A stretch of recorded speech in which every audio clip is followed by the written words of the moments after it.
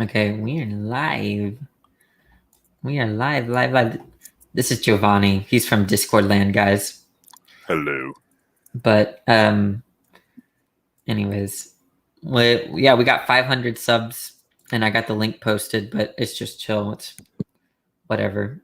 But we were talking about what's more fun, to attack atheists or attack Christians. I don't know. Currently, it's attacking atheists, and that is as an atheist.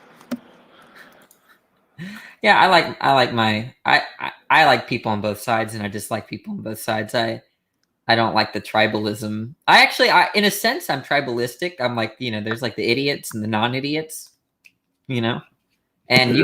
you could be an idiot and be a Christian. You can be an idiot and you can be a non-Christian, But yeah, on my open mics, I'm generally a little bit more unfiltered. I'm like Mr. Good Danny when I'm doing my interviews and my debates. I'm like listening to you. Oh, do I owe you money? I probably do. I'm just kidding. But I name names. Yeah, okay. I actually, what I need to do is, for this community, I do need to do a list of good reasoners and bad reasoners. Oh, that would be fun to do. We should do that now. Except I'm going to leave certain people out because I don't want to offend them, because it's just not worth it. But there are going to be certain people that let's do this. This is going to be fun. Okay, Jovan, you don't know these people, but we'll do this kind of the story of YouTube. There's Guts and Gimmet. Okay, she's a very good reasoner. Yes, Shadow. I did just get muted by Xerxes. Yes. Just now? A little bit ago, because he was talking about how Rihanna deserved what she got her. She should have expected it. Okay, Jovan, we're gonna start some shit here. Okay, let's share my screen. Okay, so let's see. This is gonna be, oh, whoops, that's not what I did. The wrong. Okay, so we're gonna do best and worst reasoners on in YouTube within my community of YouTube. I'm not talking about all of YouTube. My community in YouTube. Okay, let me zoom in this though. Okay, so let's just start with last. Okay, that's always easy, right? Last. Okay. Who's the worst reasoner on YouTube that I've talked to? I have to say, and he's a nice guy. I'm just the jungle jargon. I can't talk to that guy. Every time I talk to that, I don't know what he's saying. I don't know. I'm just like, you're just like this, But that's kind of like, we got to put that there. I don't think he tries though. So I don't want to conflate this. Someone, oh, that's not, no. Okay. So by the way, this is reasoning, not knowledge base. Okay. So I don't care if you know all the digits of pi, that doesn't make you a good reasoner, right? Like, yeah. So definitely put that there. Okay. One of the best, some of the best to worst.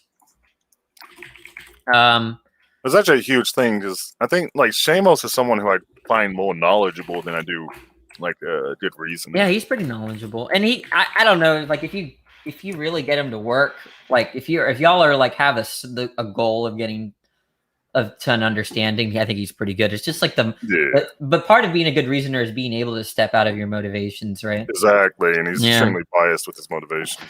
Yeah. So best, okay, one of the best reasoners I've talked to on YouTube. There are a couple. I will say, let me see. Who understands me very well, but I'm not very easy to understand. Oh, hey, Randolph. Randolph always helps with the likes on every video.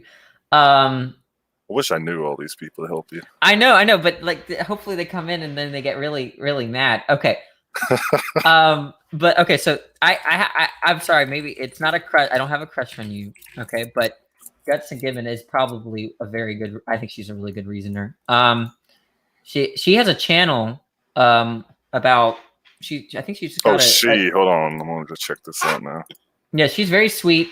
She has a channel and she's pretty smart. I think she's a pretty good reason. Let me get a theist in here. A good.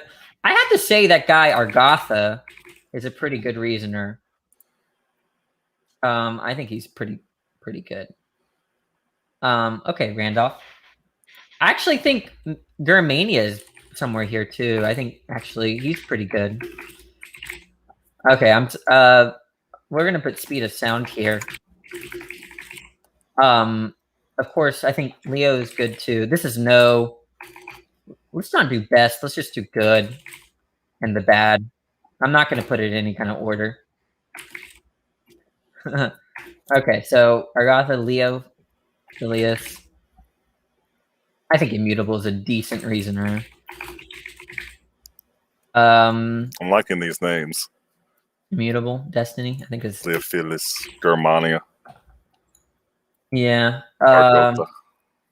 I think you're a good. I think you see Germania. You're a pretty good, good reasoner. I'm gonna put Interlocutor too. Is that how you spell interlock? Help me. Interlocutor. There. Is that right? Yeah. Okay. So if you might be a bad reasoner, but you could be a good interlocutor. So bad. Let's see. Who else? I forget all these people. I'm sorry. Dapper Dino is bad. Maybe he can redeem, but that's just one account. Maybe we could redeem himself. Redeemable. Yeah, I think you're very good. Yeah, let's put Randolph up here. Okay. I think he's a very good interlocutor. He tries to listen to you, and usually gets it, and not usually all the time. So I like Jamie Russell. This, this is gonna a list. It's gonna end up being just a list of people I like and the people I don't like. But that's what it always turns into. What else do we got? I need people to come. Oh, Jamie's here. Okay, Jamie's here. Let me get Jamie in. Jamie, did you get your PC? Oh, not redeemable. I want redeemable. That's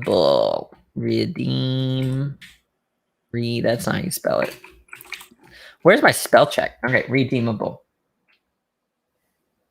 Yeah, I think so, Randolph. I think you're pretty good. Honestly, okay, this is good. I'm gonna get hate for this. Well, no, I'm not gonna do that one. I'm not gonna do that one because I need to preserve a good relationship. I'm motivated. My list is so fun. This is mostly a joke. Let's see. No, I mean what I say. Who else? You don't know any YouTubers, Jovan? That around this crowd? I don't think around this crowd, no. Oh, okay. You see, like, it's a whole different community out there. The only one that I recognize is the Speed of Sound guy, and that's because you told me about him. I watched a couple of videos between you two. Jack talked to him and called him dishonest and started yelling at him. Oh, Peter, thank you. Okay, Peter. Let's say a broom and then Peter. Okay. That has to be okay, we got Peter. I honestly think Atheist Jr. is a very poor reasoner. I think when I was talking to him, he just didn't get anything. He didn't get anything I was saying. Let's see. Who else? Jamie, are you there? You're muted, Jamie. He always has connection issues, so but it's the effort that counts. Yeah. We got to get more people. Let's see. Who else? Sorry, Danny. Hey, what's up? What about that pessimistic idealism, dude? Oh, he's really good. I don't want to throw him in this community. No, I don't think he's in this community per se. Hey, Allison, what's going on? Hello. You see, I'm so fancy. Look at this, Jovan. I'm gonna be. What's up, Danny? You see, fair assessment. Danny Sutherland, like Donald. Okay, so tell me, Sorry. Jamie, who am I missing from the list? And some people I'm not going to put in. I don't have a memory. Okay, let me see here. I don't know. Yeah, I know. I'm just like Speed. That's fine. I think CJ. Oh, I like CJ. Yeah, CJ's pretty good. Smokey. Smokey, every time I've talked to Smokey, I've actually had a good experience. But I haven't talked to him that much. We've never really. When I first came in, though, the first person I did not get along with was Smokey. But he came to me and I said, "Hey, sorry, I don't know what happened there." But I'm gonna avoid. Do you have a Discord server? I'm gonna get this one this weekend. I'm gonna try to get this one. Smokey's terrible. Well, I've had good experiences with Smokey. Smokey and I treat each other very well, but that tends to happen with me. People that, people that don't really. Some of the most hated people on YouTube actually get along with me. So, yeah, I think it's about reasoning, isn't it? Reasoning / good interlocutor. So let's say you can't reason well, but you're really trying to understand. I think I count you because the idea is like when you're a good interlocutor, I think that part of that is like recognizing that you don't understand the other person, when when you haven't, and rather than just jumping to a conclusion of their position, So I think that's part like being a good interlocutor. I think might be a function of being a good reasoner. I know haters only add to my power. Yeah, you can put me on the benefits for that. Yeah, but I'm just starting crap. I'm just starting shit on the internet. But anyways, Jamie, what did you want to? You tried to come in the other day. What did you want to talk about? Oh, that thing I sent you, I guess. Because you sent me a lot. Oh man, it's crazy lightning here. Sorry, I'm new to this area, so it's just crazy. Lightning just struck the mountain right in front of me. It's crazy. Yeah, I'm just interested in that. I've been thinking about this thing that Nancy Murphy was talking about and a couple different things I saw. I haven't read her work or anything, her book, but I'm gonna buy it, but and read it. But she was just suggesting that the development of the idea of souls being like disembodied persons after death and all that may have had a profound impact on like the history of what happened in Christendom, and I think I tend to think that's right. And so I was interested. Say that again. Say that again. That what? Hey, Randolph. Okay, I'm gonna get this shit list down. Okay. I'll try to be succinct. She seems to suggest that what she says is the importation of dualism about the nature of man into Christianity played a large role in some of the bad things that happened in Christendom. Oh, okay. Like I can see some kind of trajectory there, but you're gonna have to walk me through it. So like I got to read more up on it or whatever, but I've kind of had this idea in my head too, and so obviously I'm partial to it. But like when, for instance, like during the Reformation, when they would burn people at the stake, they would try to get them to recant, right, and like sign a statement to recant. They thought they were saving their soul by getting them to recant, and if they didn't recant, burning them on the stake would perhaps do the deed for them. The suffering or whatever would bring them to save their eternal soul or whatever. I think that's disgusting. Oh, I see. I can see that.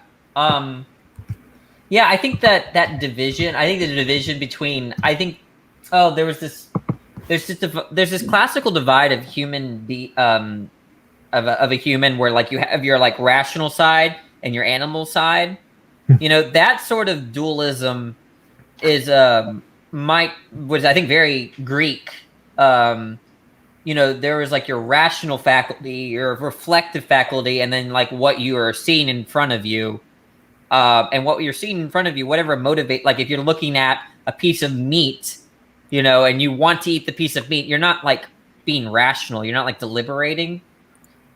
And so if you choose to go for the meat rather than preserve your diet, you're kind of ignoring your spirit or your human faculty. You're giving into your fleshly, carnal, beastly desires or something like that.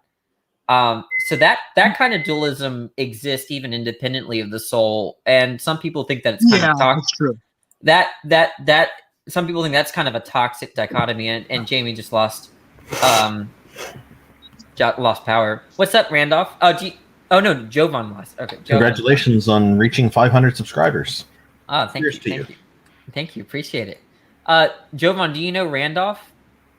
No. Hello, Randolph. Jovan. Randolph is kind of a big deal. No. Yeah, he's kind of a big deal, but maybe you do have a point, Randolph, because he's a big deal in Canada. So I don't know. I'm not that well known, actually. Well, a bunch of people got think a big following. Yeah, and I appreciate it, but thank you. But it's okay. I run an organization here called the Canadian Atheists, and so that's how a number of people know me. Oh, nice. He's the president. Mm-hmm. You know who Biden is? Joe Biden. He's a president. Well, but Joe Biden has a lot more responsibility than I do because he's looking after an entire country. Well, Randolph is also a president, so that's kind of a big deal. It's a title because somebody needs to run the organization, and that's as far as it goes. Some people mistakenly say, "Oh, you're not president of atheists." I said, "That's right, I'm not." But there's some people who misunderstand because they'll read quickly and make an assumption, and it can be confusing. So look, I don't know what your platform is, but you got my vote, Mr. President. Okay. I don't remember Joe Biden inventing America either. I'm pro freedom, so if that gives you any ideas. Pro freedom. Do you think freedom is overrated? No, I think it's underrated. It's underrated. Yep. Okay, so when you say freedom, okay, what about democracy? Do you think that's overrated? In some ways, yes. I think that democracy is probably among the best systems we have today, but I don't know if it's the best system that could come to be. I suspect that there may be something better in the future. We just don't know what it is yet. Yeah, it's always a big question because you can always imagine, and this is very rare, a benevolent well, I guess they wouldn't be a tyrant, but a benevolent monarch. But I think I take very seriously the phrase "the tyranny of the majority." But yeah, it does seem like democracy, has been what seems to often be missing from democracy is the meritocracy aspect. I think it could work, but how it's implemented would have to be very carefully done because democratic rights are also very important. Yeah. Anyways, I don't really know enough about politics. I used to be very political. Now I'm just like, I'm kind of taking a big step back because I realized that I don't know anything. It's not my strong point either. So yeah, I'm more focused on the human rights aspect of things and trying to counter the vilification of atheism and the stigma there. And that sort of thing is kind of the end that I work at. Now, Brenda, do you think you could do push to talk? Because there is a lot of background noise that always comes through your mic. If you can't, you can do push to talk. I don't know if you can manually do it, but that'd be cool if you can. That's a Discord thing. I don't know if StreamYard supports that. Yeah, sometimes I do it manually like that. You see, I'm doing it it's not very convenient. I have a mic that I can just turn up and it mutes itself, so that's nice. And I think AJ Hayab, I'm not sure if I'm pronouncing their name right in the chat, has made a point that any political system can only be as good as the people in it. And that is such an important point that's often overlooked. Yeah, I think that what's weird though, tell me about this. Like, if you have a society in which you have some kind of like monarch or some kind of a totalitarian, but is a benevolent one, but then the population is just rotten, right? So what do you do in that case? You know, because you could, the tyrant, or I don't know what to call it, the person, the full authoritarian, right? Who, you know, who wants to get rid of slavery and uphold women's rights, you know, the whole liberal agenda, he can force it, right? And he can enrage the entire population, the entire society, and it would probably be a less happy society. Or, but some people would think that he should do so anyways, and that democracy, if democracy had its choice, that you would have institutions of slavery, at least for that hypothetical, right? So what do you do there? Yeah,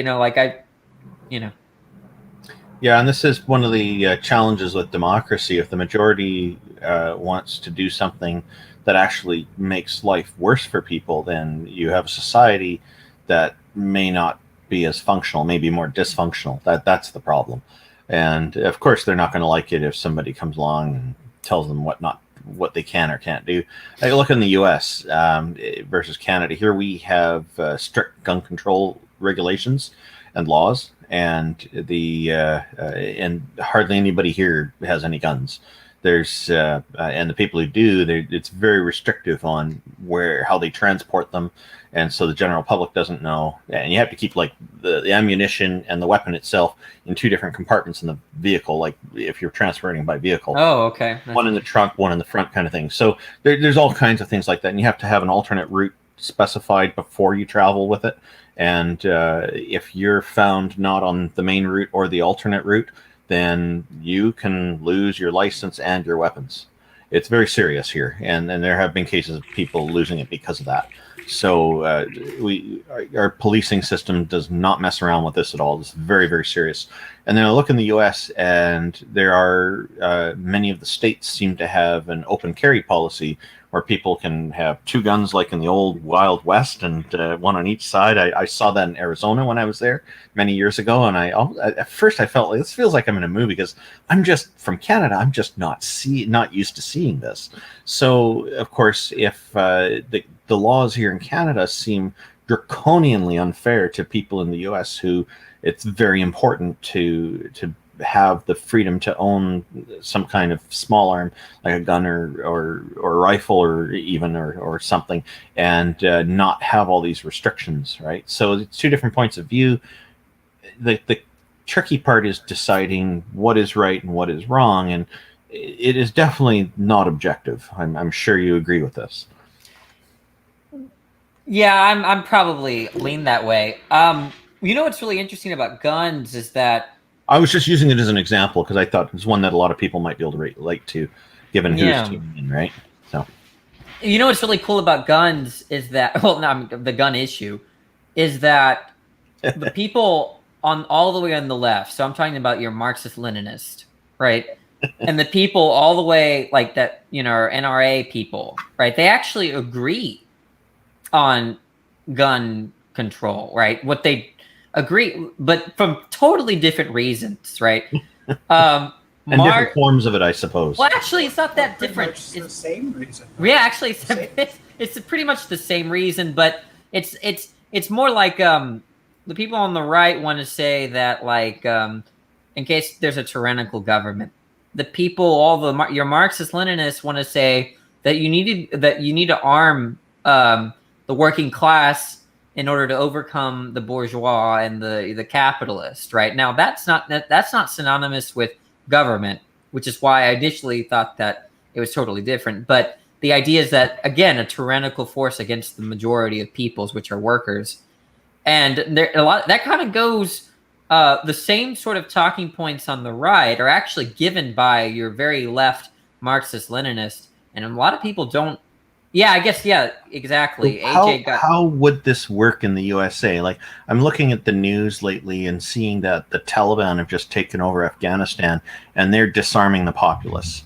They're going around removing all their guns, and nobody seems to be, at least according to the news reports, nobody's fighting back against them.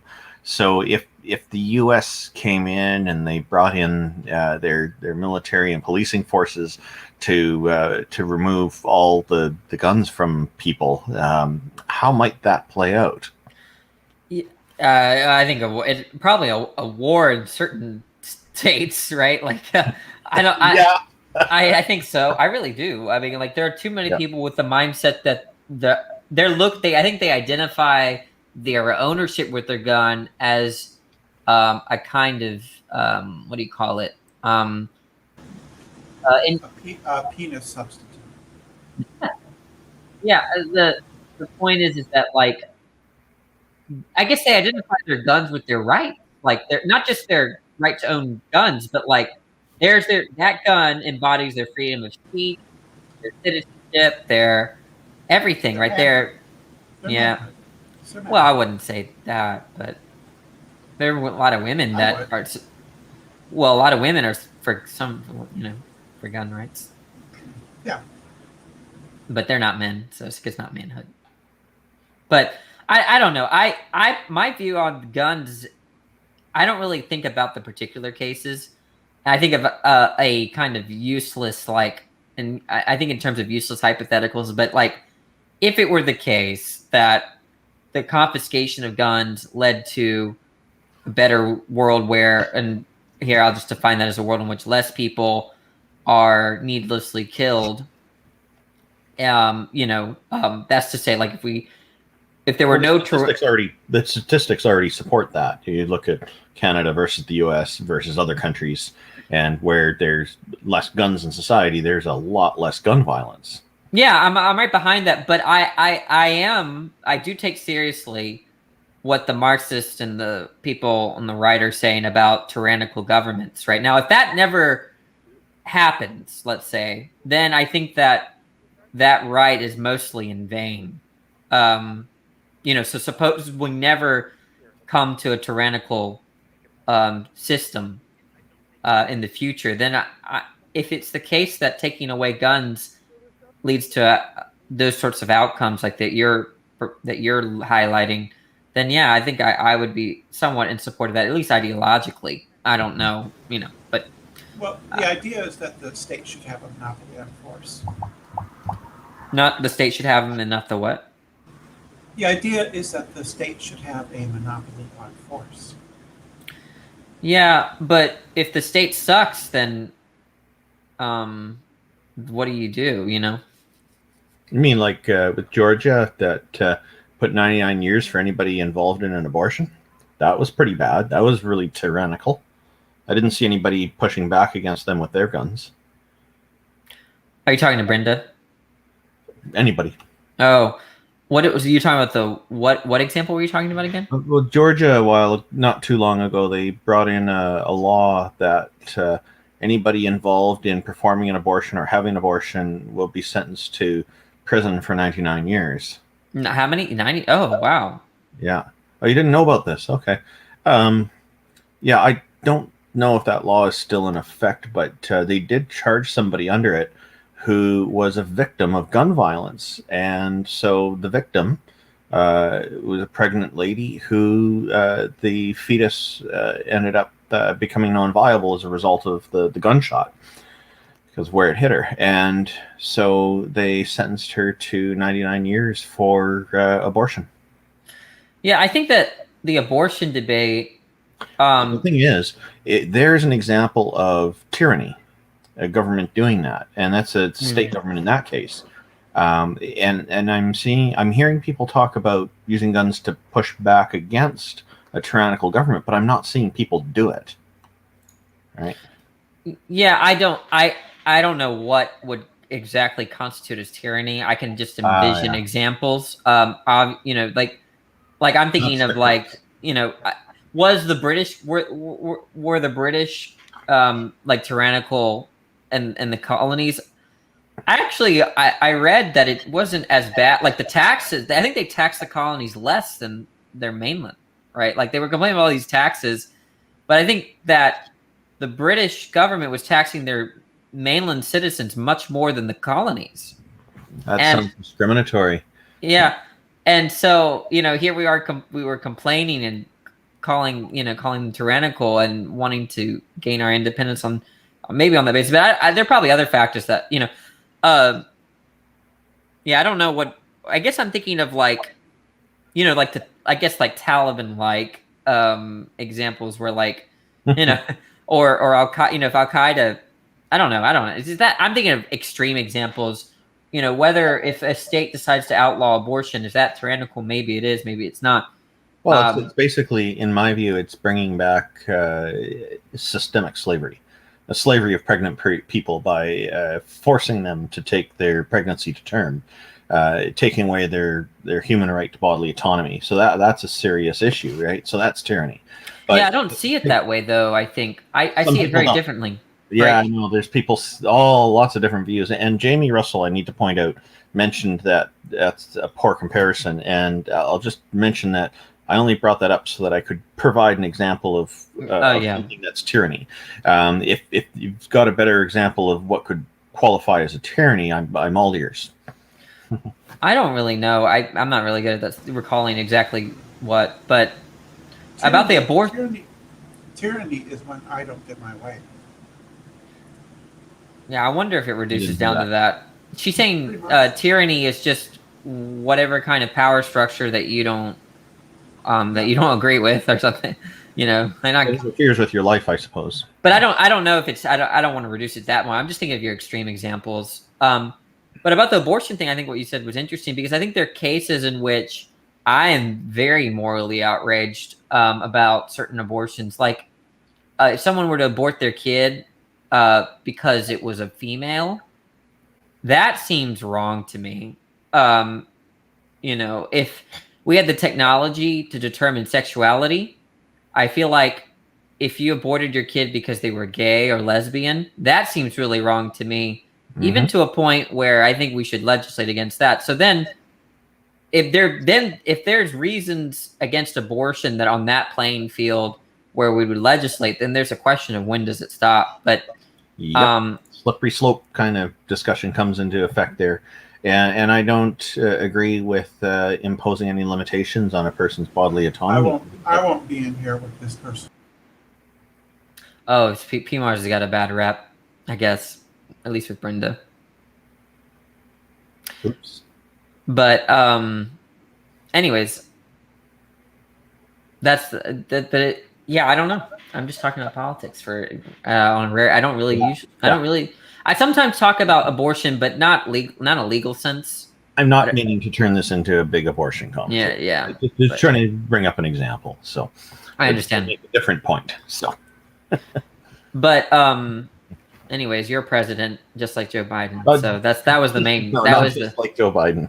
No, I'm not running a country. At least you're not a prime minister, so president's better. I think prime ministers are better, but we can talk about it.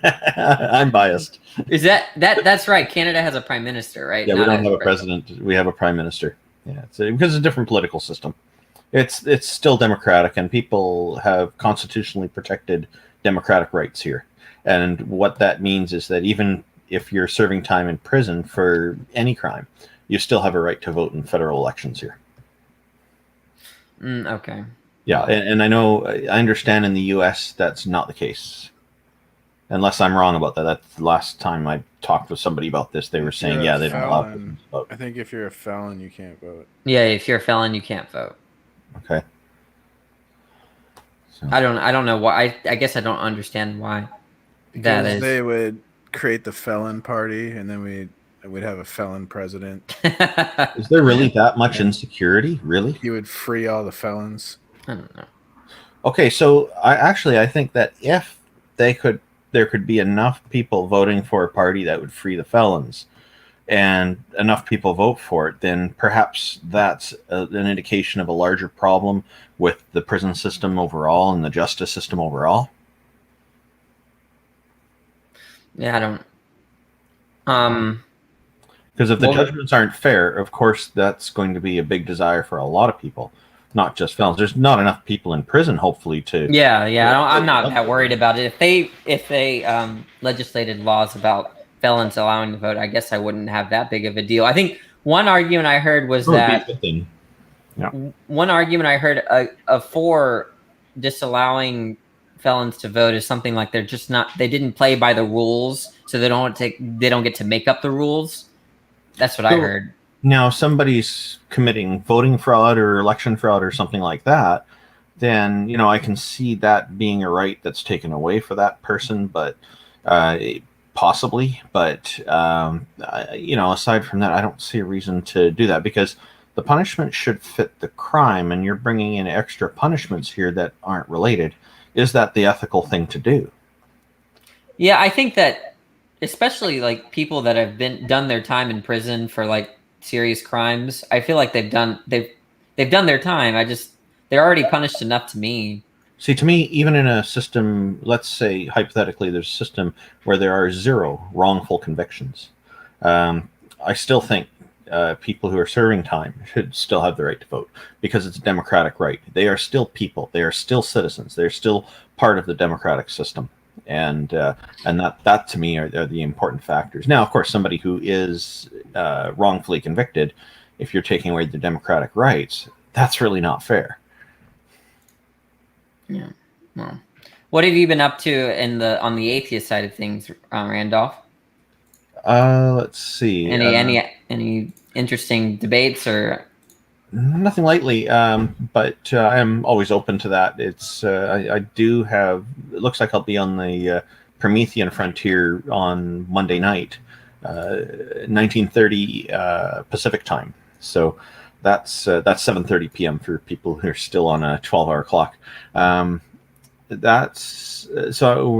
They want to go over some theist arguments with me, and I guess get my perspective on it. So I'm looking forward to that. It'll be my second time on that show, and they're really nice. They put on a good professional program, and fascinating guests they bring on.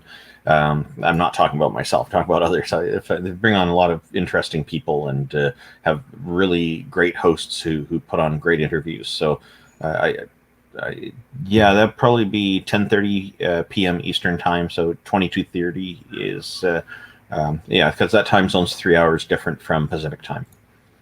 Somebody's asking in the chat about that. So. Yeah. I just put it up. Thank you.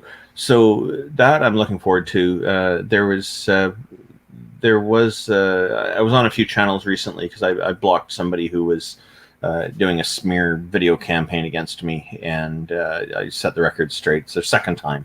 The first video they made, I just ignored it. I thought they needed to vent and get it out of their system, but a year passes and they're still pushing and pushing. So, okay, this time I'll push back. So that, I think, is mostly resolved now, but we'll see. Okay. Any modern day debates? What's your most recent modern day debate? Oh, I'm trying to remember. Oh, there were some that were going to happen and they got canceled. One was with Cy10 Bruggencate, and really, we're gonna do one with Cy10. Yep, and I thought he gave up. Well, what happened is he canceled, and then like a week or two later, I saw in the news that he's removing himself from all of this public stuff. So I think it was a matter of timing. Had it been scheduled for a week earlier, I could have ended up on the air with him. I don't know. So I was kind of disappointed about that. And then there's another one that Modern Day Debate tried to arrange with a famous rabbi, and who's even debated with Christopher Hitchens in the past. And then the communication stopped, and Modern Day Debate hasn't been able to get a hold of him to finalize the schedule. So I'm hoping that'll still come about. Okay. That sounds fun. That'll be interesting. Yeah, it's some kind of debate on morals and objective morality, that sort of stuff. So. Oh, yeah. You said you were interested in ethics, right? Yeah, I know. You said you are too. Yeah. So, and you think, so what do you take a position, or do you you're just kind of thinking about it? A position on whether I guess a meta-ethical position. Like, I think earlier you said that there is no objective morality, right? Well, what I said is, like, I don't go so far as to make that claim, but I lean heavily toward it because nobody's provided evidence of a moral standard that could be considered objective everywhere in our cosmos, right? So that to me is kind of a requirement. If it's going to be objective, it has to apply everywhere evenly to everything, and it's the kind of thing that would be obvious and people would agree on without really needing to reason it through. So because we need to come up with our own justifications that tend to be culturally specific or even family specific or individually specific, there's and some kind of different standards have to be chosen for it. To me, that makes it subjective. So even the idea that murder is wrong, to me, is still a subjective moral rule. So, And but I'll say that if people in a conversation are agreeing on a certain moral standard, then objective determinations or non-subjective determinations can be made. Yeah. Okay, I see. Like they can have a substantive debate, because like I think that's one of the main concerns for a subjectivist is, what do we do with moral disagreement? Because if it's the case that I think X is right and you think that X is wrong, for us to like disagree, and I see that you're but yeah, I'm a little thrown off but I'll repeat it when he comes back, so I'll just say it for everyone that's listening. But like the tension is that if I think X is right and then you think X is not right, that seems to prima facie be a disagreement. But if you think about other kinds of disagreements, like if I thought it was raining outside and you thought it wasn't, it seems like there's a fact of the matter as to establish a real disagreement. Like one of us is wrong, but when we're saying, if we're just expressing what we want or our own mental states, well, we can't really be wrong about that. So like there's a question about how to cash out disagreement, you know? Yeah, of course. And certain arguments are trivially proven as true or verified or validated, whereas others may require a lot more work to get there. Yeah. So it depends on what it is, right? So if you're debating whether or not it's right or wrong to commit a certain action, and you've got disagreement, then yeah, a debate is can end up being where you need to go to get it figured out. Some people might agree to say, okay, let's take a vote amongst our peers and work on it that way. That doesn't always work out, and some people will still be convinced because they'll be disappointed they had an expectation society would agree with them and it turned out they didn't, and so they're still not going to change their point of view. It happens sometimes, right? So, but yeah, if it's raining outside or not, that's very easy. Just go outside and see if the rain's there. So yeah, the level of I guess the burden of proof would be much lower with proving your position that whether it's raining outside compared to making a moral statement. That would probably be a much higher bar to reach. Yeah. So do you think that like when you say evidence, like you're saying that, let's say it's wrong to rate, let's say if that were, I'd agree with you on that for my own right. purposes. I agree based on how I use the terms, but if someone say that's an objective or real fact and external to agency or subjects, you think that would generate some set of predictions, like the world should look like a certain way, there should be evidence, expectations about how everything is to be. Well, yeah, so we have a human rights code at the international law level to try to establish these things, right? So, and I can think of exceptions to causing harm on somebody else, including the example you just mentioned. It happens actually, and people actively practice it in the BDSM community. They'll figure out their terms ahead of time, and then they will go through the paces of experiencing certain things that would normally be seen as assault of some sort or something. But because it's in that context and they have agreement ahead of time that this is not immoral, it's okay. They've got consent. They've got informed, all and on they go. But we wouldn't call that rape, would we? That's up for debate, isn't it? Well, Some I guess, people have fantasies about it, and they want to be surprised when it happens. As I yeah, I really think that that's paradoxical for me. Like it when is we paradoxical. Yes, when I we agree. say when we say we have fantasies about rape, I think what's going on there is either two things. I You don't, like, but some people do. yeah, I think it's either two things going on there for, as far as I thought about it. Either that someone imagines themselves like almost in a movie of being raped, and they sort of enjoy that picture. That does not imply that if they were actually in that situation that they would enjoy it, right? So that's Yeah. a big difference. Either Yes. they mean that, or they mean something like this. They mean that they imagine themselves in an actual scenario, right? They're fine with this actually happening, where they are being sort of physically, I guess I have to be very careful with my terms. They are being that someone is having sex with them, and if they were to try to, I guess, leave the situation, they couldn't. It's and so there's a sense in which their freedom is kind of limited because of their options, right? So I'm like, going to suggest that you look into safe words. Well, Because yeah. 50% of us have rape fantasies. They're called women. Sorry, what's that, PMR? What percentage? I don't know what. I said 50% of us have rape fantasies. They're called women. He's saying that most women, or if not all, have rape fantasies, but I don't know. I don't agree with you. That doesn't wash with me.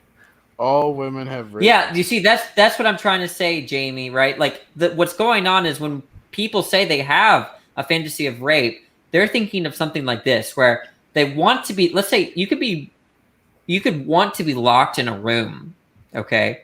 And part of what you might enjoy is that if you were to want to leave, you couldn't, right? But it's the actual case that you don't want to leave; you want to be there locked.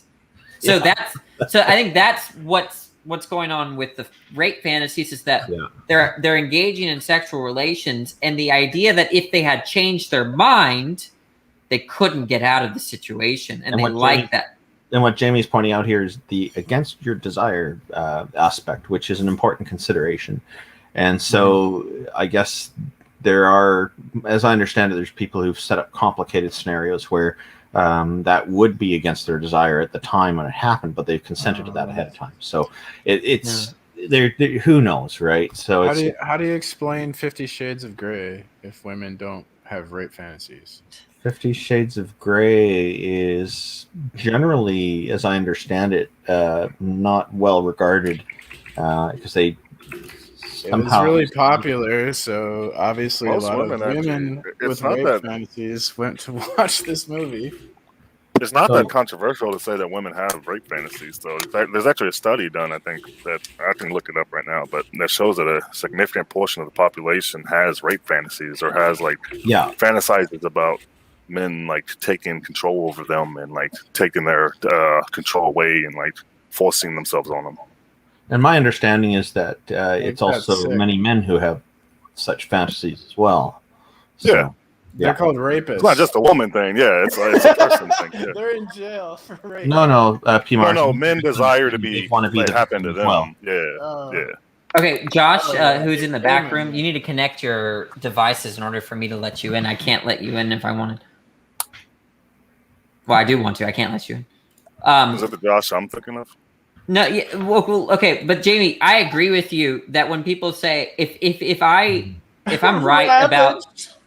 Jamie's got an interesting point here. Yeah. Oh my God. That we need better terminology, it sounds like. I think Jamie's point ultimately is we need better terminology. Look, I think this is what we mean, right? At least if I were to say I have a rape fantasy, I just mean something like this, like, hey, I want to be put in a sexual situation where I can't do otherwise. I think that's what they want, right? That and that doesn't mean that necessarily like you're in the moment that you don't desire what's happening, is that you desire to be in a situation where if you desire otherwise, you will fail. I think. Yeah. And like, for example, they could say, They have a limit. They only want this to happen to them once in a certain scenario, but then they've instructed knowingly ahead of time that the other person is to make it happen at least 2 times, and then of course that will create that experience for them. Hey, Josh. So here's the study I was referencing. So researchers at Notre Dame and the University of North Texas gave standard psychological tests to 350 women undergraduates who formed a reasonable demographic cross-section of young Americans. Then the researchers surveyed the women's sexual fantasies, and finally, the women were asked if they'd ever fantasized being forced by a man to surrender sexually against my will, being forced by a woman to surrender sexually against my will, being forced into sex against my will because I was incapacitated by drugs, alcohol, being unconscious, being forced by a man to give oral sex, being forced by a woman to give oral sex, being forced to have anal sex, being raped by a man, being raped by a woman. And it says 64% of the respondents responded positively in those favors. That's interesting.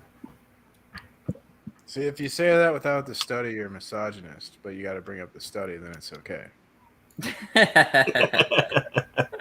I don't think there's anything wrong with That's having funny. a rape fantasy. I really don't.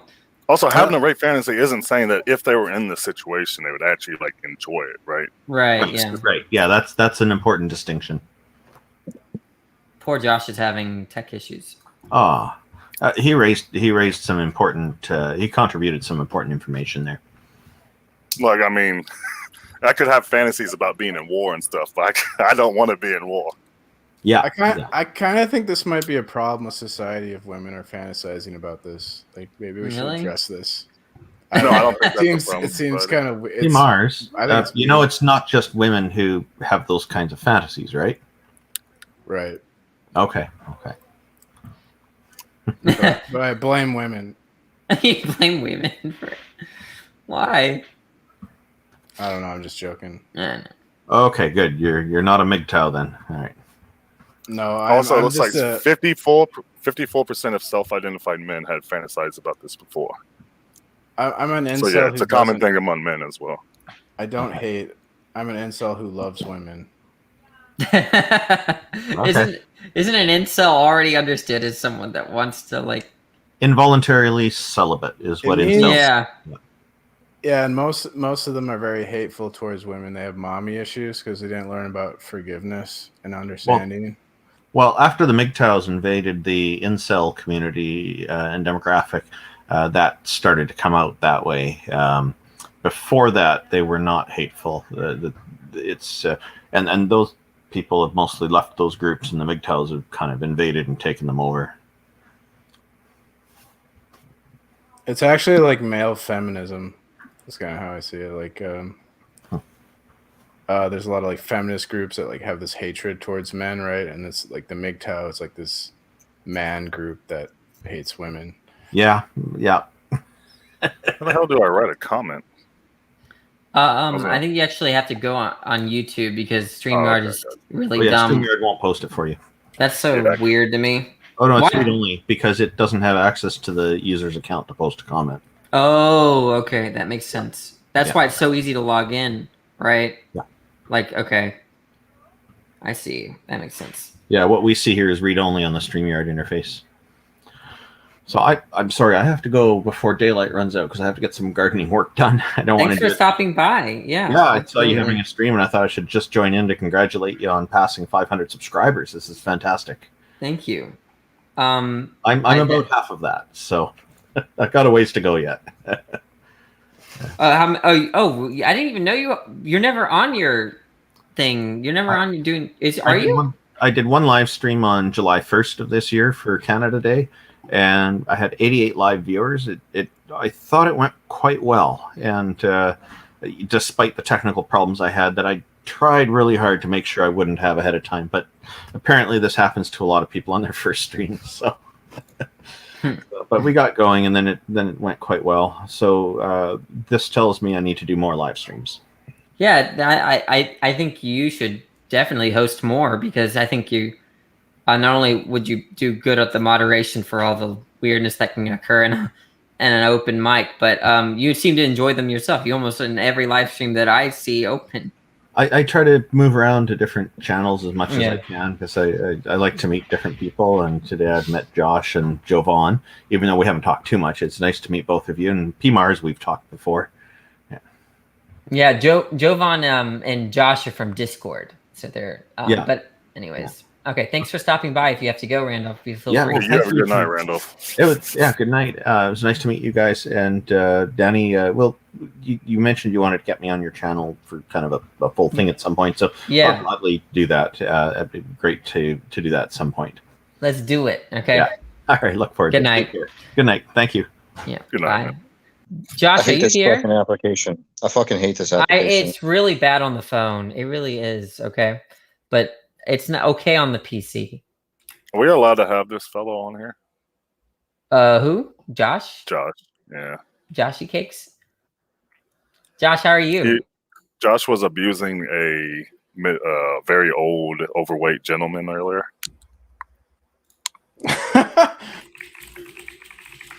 What? What? That's abuse. I did a hit and run on Gus. It took Oh, like, yeah. Jovan told me about that. It was enjoyable. You know that channel that I brought you in, Josh, where you talked about Fodor stuff? Yeah. They they banned me. It wasn't that guy who was right there, who was just in this call. Isn't that the same guy, or is that a different guy? No, they both no, but they're both. You're right. They're both kind of older, but I think the other guy's named Answers in Atheism or Speed of Sound, Speed or whatever. He banned you? Yeah, I can't. Yeah, he can't. And every time he says like, people ask him why, he just says, "I hate that guy," or "He's an asshole," or something like that. It's not like really anything like substantive. Like it's just a strong dislike or something. It's kind of funny. You seem to kind of rub people the wrong way sometimes, Danny. Like, Well, yeah, I do that. Sometimes I rub them the right way, though. I admire that about you. Thank you. I've heard the same things about you, P Mars. Yeah. People, I don't know, like, it's like there's always these two sides, and they're begging, like, trying to get you to join their side, but both sides are just assholes, and they're going to use you. So I tell them to kind of go to hell. It might be that way, yeah.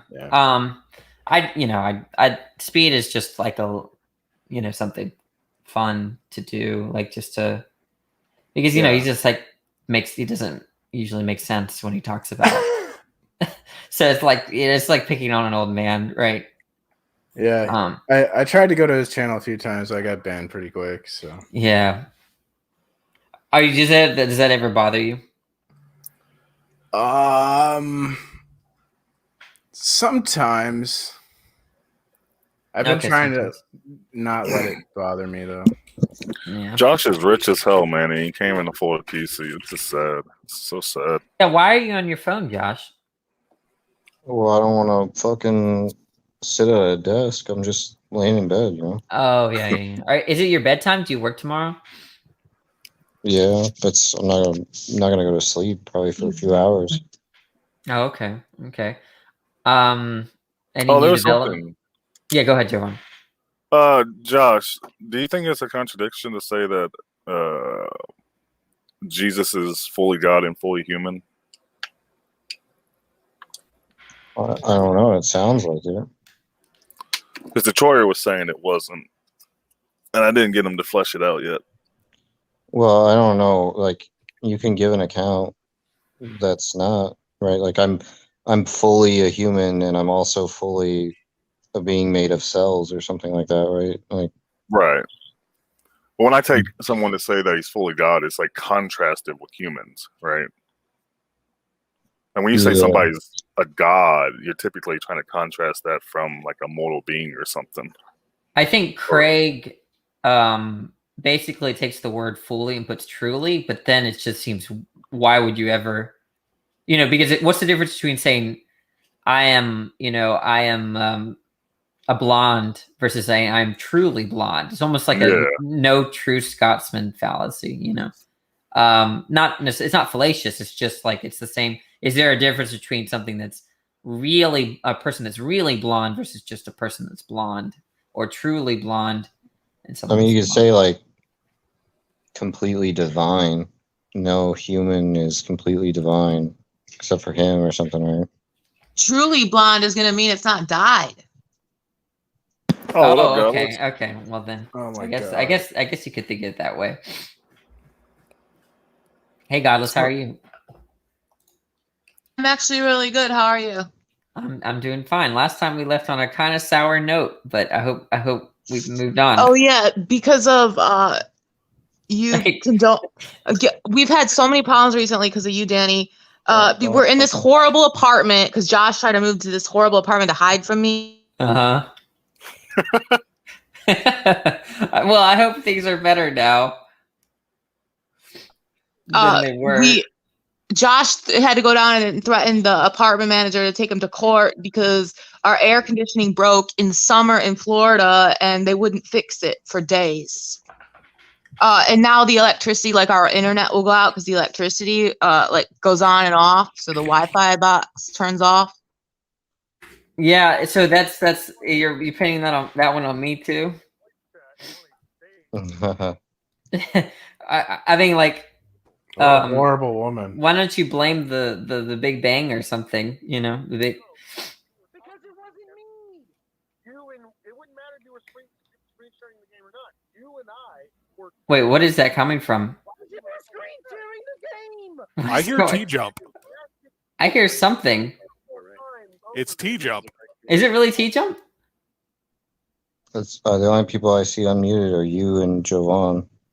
Okay. Hey AJ, do we know each other? I think at some point we were in a live stream together somewhere doing one of these StreamYard things, maybe like on like Jefferson or Jay's channel, okay. probably. And I think I was actually on there with Randolph too at some point. But I was actually coming in to talk about P. Mars's question. I think that was P. Mars that asked that about the can Jesus be fully human and fully God? I think that's one of those questions that it's going to boil down to. If you try and say no, somebody's just going to come back with like, well, in my worldview, like that's a metaphysical claim. And I can just say that in this worldview that is a possibility. And just because it doesn't work in your worldview doesn't mean it won't work in my worldview is going to be the likely retort from most of the people that I can think of that would try and say that it is okay. Yeah, it seems like what you're... Go ahead, Josh. Jovan, he thinks you talk like P. Mars. I know, everybody keeps saying it. I'm really new, so that's my fault. It was Jovan, not me. But No, I'm a Christian. I'm a Christian. I think of it as like God is unconditional love, and Jesus was a human who had unconditional love in his heart. So that's how I think of it. Yeah, I think AJ. There's always probably a sense in which it's not contradictory, but you know, I guess. It's for sure not intuitive, but I think that's one of those things. If you're like, that's not the hill I would die on if I was trying to make an argument. I guess. Yeah, same. But isn't the Trinity is also meant to be a paradox? It's like really not meant to be logical. No, it's not meant to be a paradox. Like the Christians don't think it's a paradox. They think it's perfectly reasonable and justifiable. Well. What's a paradox? A paradox is something that seems absurd or self-contradictory, that when investigated or explained may prove to be well-founded or true. So a paradox is something did you have that definition memorized? Wow. That was I just Googled it. Okay. I'm stupid, man. But yeah, so I mean that's the thing. It seems like it's contradictory and illogical, but I don't know. It's well-founded. I guess that's the definition of paradox. So like it's meant... Pretty sure it's meant to be a paradox. Like it's something like there's some kind of like mysterious aspect to it that you're not supposed to get because it's God. I think so. Yeah. Yeah. There are people that think that. A lot of the Christian apologists do not think that though. They appeal to like substance theory. They appeal to like the distinction between like whatness and who-ness. So what God is three persons, and that something like that. There's like one what, three who's, or I don't know. They talk about all these sorts of things, but yeah, there definitely are Christians that are like more like Mysterian about that. So back when I was a Christian, I used to be confused about that. The best explanation that anybody ever gave me was the Trinity is like water. It's steam and ice and liquid water all at once. And even then, I was like, that's a dumb answer. But Yeah, it is what it is. I definitely took that analogy and ran with it, but then people were then telling me that that is an analogy that supports modalism, which is not really not necessarily Trinitarian. The idea of modalism is not God is not three persons, but God has three aspects. God is one person, one soul, three aspects, or something like that. But I don't. Yeah, I don't know. It's a tough thing. I think where I started losing people on the Trinity is just appealing to substance, and because they want to say that God is three persons in one being or one substance, and I'm not so sure what that means. Yeah, I don't understand what the distinction between the being and the person is. Yeah, because it seems like being. Yeah, I don't even like that word being, but with substance at least, like that seems like kind of divorced from your. It does seem like to say I don't know what kind of relation it is, right? Like if I am a substance, what does that mean? That like I depend on certain things to exist, or what? I don't know. I would need some person to clarify for me. Multiple, yeah, I do like that. I liked that analogy too. But it doesn't really work though, because that's to say if it's a multiple personality disorder, that's well, first off, that's going to be like kind of a heresy. That's like saying he has like an illness almost. But if you're just analogizing it, then it's still to say that there's like these three distinct entities that are all. It's just going to fall into polytheism. Yeah, I think the idea of multiple personality disorder is that they want to say that there's multiple personalities in one thing. But what is that one thing? Well, we usually appeal to like a brain or something like that, right? Or even a mind. But the thing is that God doesn't have a brain, and most people think that that when we're talking about persons, we're talking about individual perspectives, and that just leads you to try three minds, you know. So I don't know. I need to talk to someone about it because I've always tried to solve it, but it's always like elusive. But what is substance compared to concrete? So substance is distinct from concrete. Substance is a particular kind of ontology that one may have. So the idea is that like what an object is that you have this like kind of essential substance, and all the properties kind of like are held together by that ontological category. And so that's to say, like, you have what an object is not just its properties, but there's like something that holds on to the properties.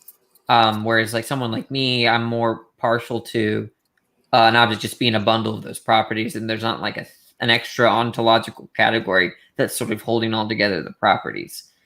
But concrete just it's just about an object that, at least in philosophy, a concrete object is an object that can engage in causal relations. That's what it's traditionally defined as. So substance, I think that there's room for substance to be in the realm of like abstracta. So like there could be immaterial substance, and that could be like part of abstract objects. But I don't know. And Richard, if you want to take a rock as being because it exists and a person has a word, that's fine if you want to use that definition. But that just is to say that, like, the being of God, that's to say it's like not a conscious entity. It's just going to be like some substance or some, basically some substance or some some material, immaterial essence or whatever. But then when you talk about the persons, again, that's going to fall into either polytheism, or it's just going to be God presenting himself in different ways, which is going to be heresy under the common Orthodox view.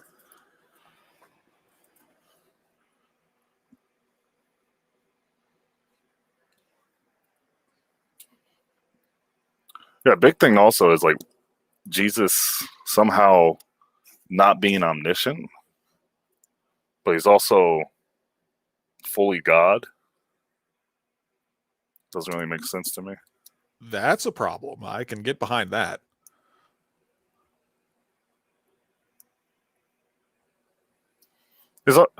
Danny, are you talking? I think Danny's muted. I'm muted. Oh no, my bad. There he is. Yeah, I think that what Richard is trying to say is that that there are objects, and there are objects that have awareness or consciousness, and there are objects that can have three perspectives or three centers of consciousness. And I think that that's the claim. And so he wants to say that a rock has being, it's an object, but it's an object that doesn't have any consciousness. God is a object that has three sets of awareness or something like that. But where the weirdness is that you can have, if you have a perspective or a center of consciousness, why is it that there needs to be this like extra category of being? You know, it seems like, why couldn't consciousness just be being or a kind of thing that exists by itself? What's this extra thing that you're postulating as a what that's connected with the three perspectives? But I think that's the tension. Like, essentially, it's the same problem. If you don't like the idea that the self reduces down to the brain, then I don't think you should like the idea of the self reducing to a soul. I think that there are problems with reducing the self to the brain, and I think that there are those similar problems arise when you do reduce yourself to something else like a soul. You know, I think that's the tension that I think there is. Do you think a lot of atheists on YouTube reduce the self to the brain? Probably on YouTube, sure. Yeah, I think that's pretty common. You don't think it's that common? No, I think it's common. I was just wondering if you agreed. I think that's common for almost like most atheists, to be honest. Yeah, actually, a lot of Christians, you know, they might think that they have an immaterial soul, but a lot of people, I bet I would wager that a lot of Christians think that their beliefs and desires and their mental states are understood in terms of their brain, and then they have this immaterial thing called the soul that kind of works with it. So I wouldn't be surprised to catch some Christians out. Yeah, I agree. A lot of Christians probably have that. A lot of Christians are becoming more like scientific and secular while holding on to Christian beliefs. Yeah, like Jamie's a kind of physicalist, which is kind of cool. And he's a Christian. Yeah, I'm a physicalist. Yeah, me and Jamie. Oh, you are too? Yeah, I don't believe in I think the immortal soul actually came from Plato and the concept of like the immaterial and material world. Mm-hmm. And then Platonism affected Christian thought, and classical theism was developed by people who were Platonists. So there's a lot of ideas. I don't believe in heaven and hell, like these realms that you go to when you die, and the immortal soul. Yeah, I don't believe it. I think a lot of that has come from like Greek philosophy or pagan influences. And you think there's like that counts as a reason to like not accept it? Yeah, well, from what I understand, like the Apostle Paul, who wrote the epistles, he believed in soul sleep. So like they thought that when you die, you just you're unconscious until the resurrection, and then that's the day of judgment. But then what happened was when the Rome conquered, what was it, Judea? I don't know any history. Sorry. There were Hellenistic pagan cults started to influence. Oh, you mean like the Assyrian and Babylonian conquest for Israel and Judah? Yeah, I'm not an expert on all this, but I know the Jews intermingled with these Hellenistic pagan cults, and the Jews picked up some of these ideas, and that's where they got like Hades and the immortal soul stuff.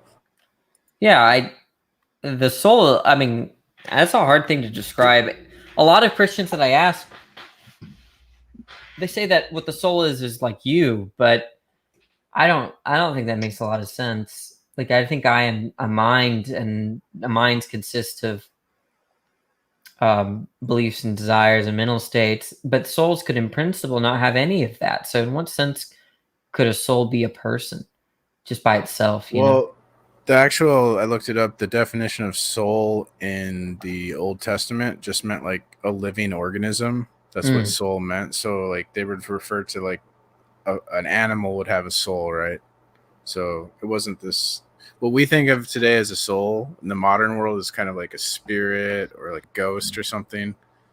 But it's, these definitions are so funny because yeah, like soul means something different in the Bible than we use it today, and like spirit and like these words get, they're kind of like nebulous terms. It's like you say soul, but what we don't really know what a soul is. It's kind of like, I don't know, but it's hard to define. So I think there's a lot of confusion with all this stuff, soul, spirit, and what happens after you die and all that. Yeah, but it's also all over fantasy if you think about it, like fictional stories, like where like I watch a lot of anime, and you know, there's like the soul like adds so much to a story, right? Like I don't know, but and everyone like nods like knowing what it is, you know. Like, you know, there's like a Soul Eater. Have you ever heard of that anime? I think so. I'm not yeah. like Dragon Ball Z. I'd watch that where like Goku would get the spirit power from the life force of the planet. Yeah, it's all over. Bomb.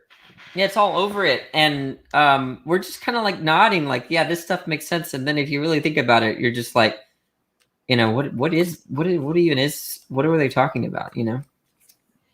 Yeah, we just kind of accept that we know what it means. Yeah.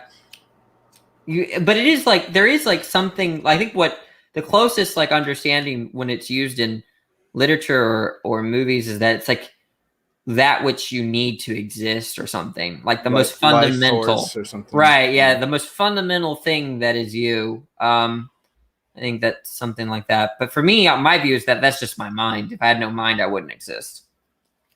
You know.